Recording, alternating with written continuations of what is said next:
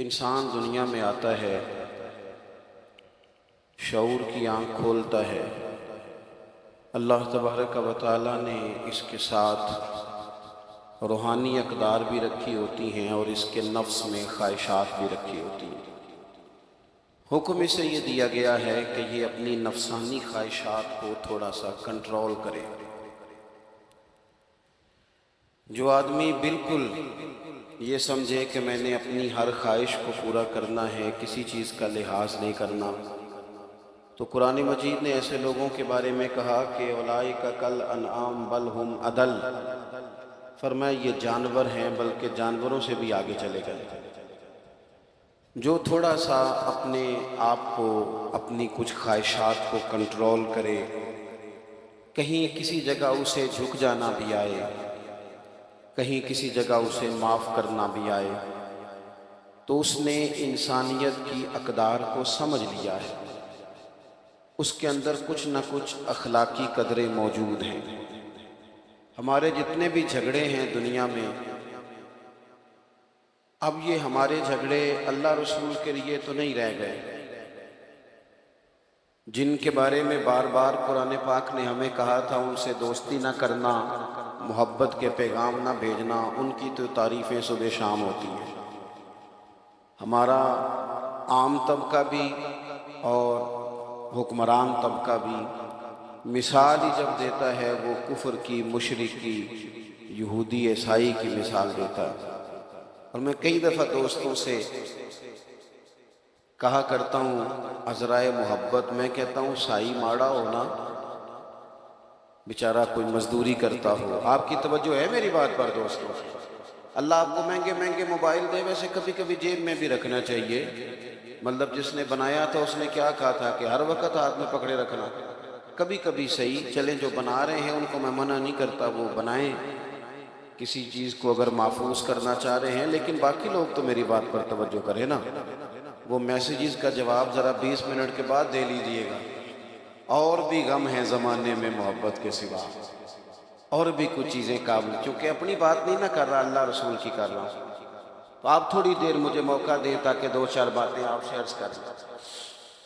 تو عیسائی ماڑا ہو نا، غریب آدمی ہو بیچارہ، تو اس کے بارے میں لوگ مسئلہ پوچھ لیتے ہیں، کہتے ہیں پیر صاحب دسو سانیہ نہ روٹی کھانی جائز ہے؟ تو میں نے کہا اگر مشرک کے نجس ہونے کی بات کرتے ہو تو ادھ نال بھی نجائز ہے، تے امریکہ دا صدر ہوئے تے تاں بھی نجائز ہے۔ اب یہ کیا بات ہوئی کہ جب کوئی بہت بڑا آدمی آ کے بیٹھ جائے اور ساری اس کے سامنے کابینہ بیٹھی ہو تو پھر کوئی شرعی مسئلہ پوچھے ہی نہ، اور اگر کوئی غریب آدمی سامنے آ جائے، مشرک نجس ہے تو وہ ہر ایک ہی نجس ہے۔ تو جن کے بارے میں تو رویے میں سختی رکھنے کا کہا گیا تھا، وہاں تو ہم نے بنا لی نرمی، اور جہاں ہمیں کہا گیا تھا نا درگزر کر دینا، رحماء بینہم، معاف کرنا، ذات کو بت نہ بنانا، اپنے نفس کی خواہش کو آگے نہ رکھنا، وہاں ہم نے زندگی مشکل کر لی ہے۔ چھوٹا خاندان ہو، بڑا خاندان ہو، غریب خاندان ہو، امیر خاندان ہو، آپ کسی خاندان کی پوری لڑائیاں ساری نچوڑیں تو اس کے اندر سے صرف ایک بات ٹپکے گی کہ میں نے نہ پوچھے آنے، مجھے انہوں نے بڑا نہیں مانا۔ زیادہ سے زیادہ ذات کا رٹا، اس سے زیادہ کچھ بھی نہیں۔ سارے دوستوں کی، گہرے دوستوں کی جب رقابتیں ہوتی ہیں تو آپ سارا نچوڑ لیں اس کو، تو بیچ میں صرف اتنا نکلے گا کہ فلاں مقام پہ فلاں کو پروٹوکول نہیں دے سکے۔ جو پروٹوکول مانگتے ہیں وہ اپنے نہیں ہوتے، جو پروٹوکول مانگتے ہیں ان کے رشتے مخلصانہ نہیں ہوتے۔ میرے رب نے قرآن مجید میں اپنے بندوں کی شان بیان کی، فرمایا وہ پتہ زندگی کیسے گزارتے ہیں؟ وَعِبَادُ الرَّحْمَنِ الَّذِينَ يَمْشُونَ عَلَى الْأَرْضِ هَوْنًا، فرمایا رحمان کے بندے زمین پر عاجزی کے ساتھ چلتے ہیں، ان کا لہجہ نہیں پروٹوکول والا، انداز نہیں ان کا ہٹو بچو والا، جھکے جھکے چلتے، اور جتنا پھل زیادہ ہوتا ہے اتنا جھکاؤ بھی زیادہ ہوتا ہے، جتنا بندہ بڑا ہوتا ہے اس میں عاجزی بھی اتنی زیادہ ہوتی ہے۔ جو اعلیٰ ظرف ہوتے ہیں وہ ہمیشہ جھک کے ملتے ہیں، کیونکہ صراحی سر نگو ہو کر بھرا کرتی ہے پیمانے۔ جو بندہ جتنا بڑا ہوتا ہے اس کا جھکاؤ اتنا زیادہ ہوتا ہے. تو اگر اس کی گردن میں سریا زیادہ ہے تو اس کا مطلب ہے بڑا نہیں ہے، ابھی اس کو بڑا ہونے میں وقت لگے گا. قرآن مجید نے زندگی گزارنے کا اصول یہ دیا کہ تیرے لہجے میں عاجزی ہو، تیرا ملنا، گفتگو کرنا، آنا جانا اس میں انکسار ہو. اور 2 جملوں میں میرے نبی پاک علیہ السلام نے بات اتنی کھول دی کہ ساری حقیقتیں ہی اندر آ گئیں. محبوب فرمانے لگے تو رب کی رضا کے لیے عاجزی کر. حضور فرماتے ہیں، یہ ترمذی میں موجود ہے، فرمایا تو اللہ کی رضا کے لیے جھک جا، رب تجھے عزتیں عطا فرما دے گا. عزت اس بات میں ہے کہ تیرے اندر جھکاؤ کتنا زیادہ ہے. عزت اس بات میں. ہمارے ہاں بعض لوگوں کا یہ خیال ہوتا ہے کہ عزت شاید کپڑوں کا نام ہے یا گاڑیوں کا نام ہے یا بنگلوں کا نام ہے. حالانکہ میں نے اپنی چھوٹی سی زندگی میں یہ دیکھا ہے کہ کھرب پتی بھی بندہ ہو نا، لیکن اگر لوگوں کو شک پڑ جائے نا پیسہ جائز نہیں، تو اپنے لوگ بھی کہہ دیتے ہیں کہ مجھے پتہ ہے کیسے آگے گیا. لیکن بندہ کھرا ہو، سچا ہو اور چھوٹا سا سر ہو، ٹوٹی کرسی پہ بیٹھتا ہو، تو بڑا مہنگا آدمی بھی دروازے پہ کھڑا ہو کے کہتا ہے یار بندہ بڑا کھرا ہے، نہ سفارش سنتا ہے نہ رشوت لیتا ہے. تو اس کا مطلب ہے روب کپڑوں کا نہیں ہوتا، روب تو بندے کے کردار کا ہوتا ہے. اس کا کردار. حضرت سیدنا فاروق اعظم رضی اللہ تعالیٰ عنہ کیسر روم ڈرا کرتا تھا. رومی سلطنت کانپا کرتی تھی. کیوں؟ حضرت عمر کا تو ایک گن مین بھی نہیں تھا. اصل بات کیا تھی؟ انہیں پتا تھا کہ مزاج کچھ اور ہے، طبیعت کچھ اور ہے، انداز کچھ اور ہے، اور کوئی ظاہری دب دباؤ نہیں، بلکہ ایک دن بیٹھ کے تمام صحابہ نے مشورہ کیا، کہا جناب حد ہو گئی ہے. حضرت ابو بکر صدیق کے زمانے میں تو اسلام پر غربت تھی، اب تو اللہ نے بڑی وسعت دے دی ہے، 50 ہزار دینار صحابہ کو مال غنیمت میں ملتے ہیں اور جناب عمر کو بھی ملتے ہیں. لیکن عجیب بندہ ہے، گھر سے نکلتا ہے، مسجد سے نکلتا ہے اور گھر جانے تک سارے بانٹ دیتا ہے. جناب عمر سے کہنا ہے جناب حضور نے فرمایا ہے کہ اگر اللہ تعالیٰ وسعت دے تو اثر دیکھنا پسند بھی کرتا ہے، اچھے کپڑے پہننا تو کوئی دین کی مخالفت نہیں، لیکن آپ کا وہی کرتا پھٹا پرانا تو کوئی ایسی بری بات نہیں. اچھا لباس پہننا دین اس کو پسند کرتا ہے، تو آپ کپڑے کیوں نہیں نئے سلواتے ہیں؟ بڑے بڑے وزیر مشیر آتے ہیں. ہمارے بچے جب سیانے ہو جائیں تو وہ مشورے بھی دیتے ہیں نا بڑوں کو. میرے ایک جاننے والے ہیں، تو میں شادی پہ جا رہا تھا تو میرے آگے آگے وہ جا رہے تھے، تو انہوں نے بچہ انہوں نے مشورہ دے رہا سی، کہہ رہا سی ابا جی اے ان شادی تے نا میٹھے چولاں تے سالن پا کے نہ کھایا جے بستی ہوندی بندے دی. تو وہ میں تھوڑا سا آگے گیا تو میں نے کہا پتر تو لیٹ ہو گیا، ٹائم نہ ہوتا تے سارا ٹبر ہی سیانا ہونا، تو ذرا دیر تجھے ہو گئی. بھئی اصل پہ رہنے دیں. اصل چیز جو ہوتی ہے اس میں تکلف نہیں ہوتا، اصل میں تکلف نہیں ہوتا. اور جب آپ کچھ چیزیں ملمہ سازی کر کے لیتے ہیں، ملمہ سازی. ہمارے ایک بزرگ ہیں وہ فرماندے ہیں، کہنے جدوں دے منڈیاں مینوں کاٹن والے کپڑے پوائے نے، میں تے بیاہ تے کدے رج کے روٹی نہیں کھادی، انہوں نے تو میرے اوپر بوجھ ڈال دیا ہے، تکلف پیدا کر دیا زندگی میں. حضرت عمر سے کہا جناب، سب صحابہ نے بیٹھ کے مشورہ کیا کہ فاروق اعظم سے کہنا ہے کرتا نیا سلوائیں، قربان جائیں. سادی زندگی کسی پر بوجھ نہیں بنتی. جو لوگ اٹھ کے آ جاتے ہیں نا اپنے کام سے، ان کو شوق نہیں ہوتا فوٹو کا، وہ پیچھے بیٹھ کے بھی گزارا کر لیتے ہیں. میرے جیسے لوگ جنہیں مسئلہ بن جاتا ہے ویڈیو میں آنے کا، ان کو تو سجنا سنورنا ہوتا ہے. حضرت عمر سے کہنا ہے کرتا بدلنے، پیسے کس کو برے لگتے ہیں؟ اچھا جی کہنا تو ہے، پر وہ شعر تو بتاؤ جو عمر سے بات کرے گا. تو حضرت ابو دردہ کہنے لگے ایک بندہ ہے نا جن کی بات عمر مان لیتے ہیں. کہا وہ کون؟ کہنے لگے مولا علی شیر خدا. حضرت علی کی خدمت میں عرض کی حضور بڑے بڑے وزیر آتے ہیں وہی پرانا کرتا، آپ کہیں نا سیدنا عمر سے کرتا نیا لے لیں. تو حضرت علی کہنے لگے میں جو کہوں وہ مانتے ہیں، پر میں نے نا حضور کی بارگاہ میں جو سبق پڑھا ہے وہ عمر کے ساتھ بیٹھ کے پڑھا ہے. جو میں جانتا ہوں وہ تم نہیں جانتے. بات بھی تمہاری ٹھیک ہے، میں کہوں گا تو عمر مان بھی لیں گے، پر یہ والی بات میں نے بھی عمر سے کوئی نہیں کرنی.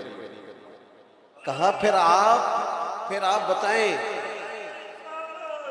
آپ سنیں، اللہ جزا دے. آپ کہا پھر آپ بتائیں کیسے کہیں؟ تو حضرت علی کہنے لگے حضرت عائشہ صدیقہ سے کہو، وہ ماں ہے مومنوں کی۔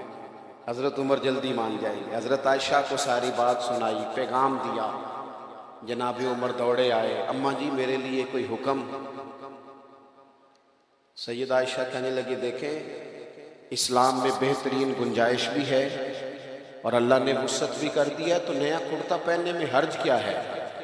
آپ کا بیٹا پہنتا ہے، باقی صحابہ لیتے ہیں، تو آپ کا وہی پیبند لگا کرتا اسی سے خطبہ دیتے ہیں، عید پڑھانے جاتے ہیں تو ننگے پیر چلے جاتے ہیں، اور رستے میں بچوں کو کھڑا کر کر کے کہتے ہیں دعا کرنا رب عمر کو معاف کر دے، کھڑا کر کر کے کہتے ہیں ولی من خاف مقام ربہ جنتان، نئے کرتے میں حرج کیا ہے؟ حضرت عمر کہنے لگے اماں جی کوئی حرج نہیں، میرے پاس گنجائش بھی ہے، آپ کا حکم آ گیا میں شام کو لے لوں گا نیا کرتا، پر ایک بات کر لوں؟ کہا آپ کر لیں۔ حضرت عمر رو پڑے، فرمانے لگے یہ جو کرتا پہنا ہے نا حضور کے سامنے بھی اسی کرتے میں جایا کرتا ہے۔ ابو بکر صدیق جب مجھے مشورے کے لیے بلاتے تھے نا تو اسی طرح ہم لوگ بس اسی کسی دے کچھ نہیں جے لگ دے، نہ کوئی ساڈا دردی، اسی طرح بس باتیں ہوتی تھیں۔ اور اماں جی ابھی نا میرے پورے ملک میں غربت ختم نہیں ہوئی، ابھی سب کو نئے کرتے نہیں ملے، حکم کا میں پابند ہوں شام کو لے لوں گا، لیکن اگر مجھے اجازت دے دی جائے کہ میں اسی طرح رہوں جو مجھے حضور نے جس جگہ چھوڑا تھا تو میری ذرا دل کو تسلی ہوگی، میں تکلفات والی زندگی اختیار نہیں کرنا چاہتا۔ حضرت عائشہ نے سنا تو چپ کر گئیں۔ جناب عمر کہتے ہیں دیر کے بعد اگر آواز آئی تو بس ان کے رونے کی آئی، فرمانے لگی جو صحابہ نے کہا تھا وہ بھی ٹھیک ہے، پر عمر جو آپ کہہ رہے ہیں وہ تو بالکل ہی ٹھیک ہے۔ دوستو الجھاؤ نہیں، جھگڑا نہیں، ذات کا پروٹوکول نہیں، خدا را مصیبت بن جاتی ہے سسر کو جب داماد کا فون آتا ہے کہ میں آ رہا ہوں۔ میں ان غریبوں کو بھی جانتا ہوں جو ادھار قرضہ لے کے پروٹوکول کا بندوبست کرتے ہیں۔ ہماری طبیعتیں لوگوں کے لیے مصیبت بن گئی ہیں، ہمارا مزاج حاوی ہو گیا ہے۔ ہم تو یہاں تھوڑے دن کن فی الدنیا کا انکا غریب و عابر سبیل، حضور نے فرمایا تھا مسافروں کی طرح رہنا، راہگیروں کی طرح دنیا میں وقت گزارنا۔ کبھی دیکھا ہے آپ نے ایئرپورٹ پہ آپ سب سے پہلے بھی بورڈنگ کرا کے چلے جائیں ویٹنگ روم میں اور سب سے پہلے بھی بیگ آپ رکھ دیں، لیکن اگر کوئی بندہ آ جائے نا اپنی آپ کی جگہ پہ بیٹھ جائے تو آپ جھگڑا نہیں کرتے، کیوں؟ آپ کو پتہ ہے میں مسافر ہوں، فلائٹ آئی اور میں گیا۔ کبھی دیکھا ہے ریلوے اسٹیشن پہ لوگ کہتے ہیں یہ جگہ میں نے خریدنی ہے، یہاں روز کھڑے ہونا پڑتا ہے، پتہ ہے میں مسافر ہوں، ٹرین آئی اور میں بس اسٹاپ پہ لوگ زمینیں نہیں خریدتے، جھگڑے نہیں بناتے، کیونکہ انہیں پتہ ہے کہ گاڑی آئی اور میں، اور درویش نے کہا تھا جتن جتن تے ہر کوئی کھیڑے، اوہ کدے ہارن بھی کھیڑ فقیرہ، جتن دا مل کوڈی پیندائی ہارن دا مل ہیرا۔ کبھی بندہ ہارنا بھی سیکھ جائے، دو قدم پیچھے بھی ہٹے، کبھی وہ کہے میں کوئی نہیں باقی سارے ہیں، یہ والی بھی تو کبھی زندگی ہونی چاہیے۔ فرمایا رحمان کے بندے آجزی سے چلتے، وَإِذَا خَاطَبَهُمُ الْجَاهِلُونَ قَالُوا سَلَامًا، اور اگر کوئی ان سے الجھنا چاہے، بحث کرنا چاہے، لڑائی کرنا چاہے، تو رب کے بندوں کی شان یہ ہے کہ وَإِذَا خَاطَبَهُمُ الْجَاهِلُونَ قَالُوا سَلَامًا، اگر جاہل ان سے جھگڑا کریں تو وہ سلام کر کے گزر جاتے ہیں۔ ہر بندے سے الجھ جانا، ہر بندے سے بحث کرنا، ہر جگہ ہی اپنا مزاج اس طرح کا بنا لینا کہ جو میں کہتا ہوں وہی قبول کرو، ہر جگہ۔